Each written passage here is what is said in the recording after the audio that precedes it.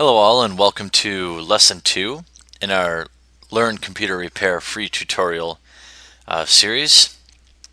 For those of you who have subscribed to our free mailers and free program, this will be your second lesson. And for those of you who may be watching this video out on YouTube or Vimeo or something else, make sure you shoot over to BeYourOwnIT.com and get signed up for our free computer training program so you can take advantage of even more bonus material beyond these simple programs and videos that we do.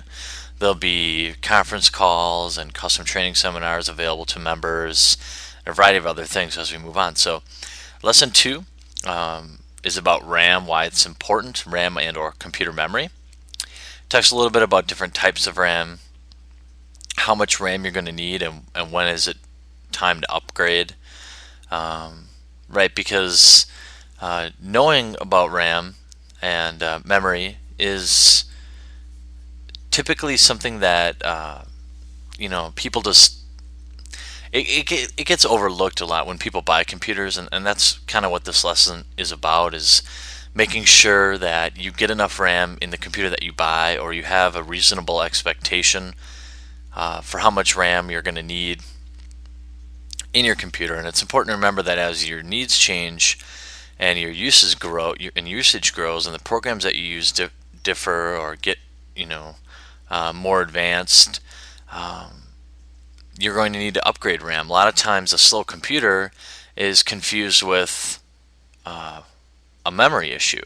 I'm sorry, people think a slow computer is a hard drive, or their CPU isn't fast enough, when many times it's just that the computer doesn't have enough free memory. So if you're running like Windows XP, you should really aim for at least 2 gigs. That's optimal. And if it's Vista, but you really want 4. And now I know that's not everyone can afford it, and if your computer didn't come with it, you may be stuck.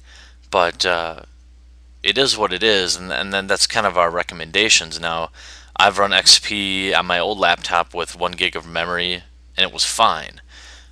Vista I've run with 2 gigs, and it's fine. So the 2 and 4 gig numbers that we recommend is only based on optimal performance.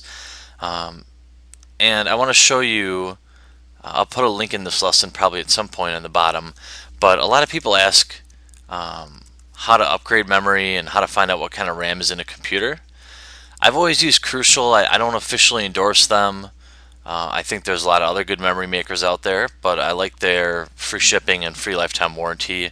I've been using their RAM for the past 10 years probably. But regardless of where you choose to buy your RAM, I think they have a great tool, the Scan My System tool. And if you're on the computer that you're thinking about upgrading, this will scan your computer for free, tell you exactly what the optimal settings are or your maximum amount of memory that your computer can handle. And I invite you, as an exercise of this lesson, just to go out here and check it out so you know what the capacities of your computer are, and how far you can take it is in the future, right? Because a lot of us start out with certain needs on our computers, and we grow and we add, or we upgrade operating systems from XP to Vista, and now Windows 7 will be out, and there's a variety of things, or we start using programs we never used before. So we learn something like Photoshop or some web design program, or we start using something as simple as Windows Movie Maker. Whatever the case may be, as our usage increases, or as we learn more about our computers, right, we're going to want to do more with them. So RAM is something that typically gets overlooked, and it's important to keep in mind that at least if you're looking at something that's relatively mainstream, okay, so DDR right now at the time of this video is pretty popular, but if it's mainstream, if it's what's very typical, it's extremely affordable. 2 gigabyte stick here for $25.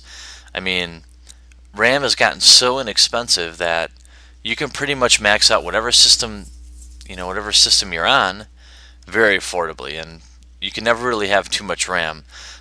This picture shows RAM over the ages in its youngest form onto EDO and SD, and then eventually DDR memory, and laptop memory is actually pictured a little bit lower. The thing about laptops with RAM, make sure before you buy any laptop how far you can expand the RAM, because that's really the only thing you can change on a laptop, and as you grow, the RAM is typically the only thing you can upgrade. So if you buy a computer and you can only upgrade, or you may not even be able to upgrade RAM at all, that might not be the best purchase, right? Because as you grow and you start using more software and more applications, you won't be able to increase the capacity of your computer. The last laptop I bought, now I think that it came with 4 gigs and it's upgradable to 8, I believe, 6 or 8. I'll definitely upgrade it at some point, even though I'm not using it, just because it's so cheap. We use memory, anytime you run programs, it's what the computer uses to run a lot of programs. So the more windows you have open or the more programs you have running, the more RAM that you're going to need. So I hope this lesson was helpful and we provided some good examples. Make sure you read through here. And as always, you can submit your questions to support@beyourownit.com. We're happy to answer any RAM or memory related questions. And we look forward to seeing you in the next lesson. And remember, as always, you can always make requests for lessons too at support@beyourownit.com. So thanks and have a great day.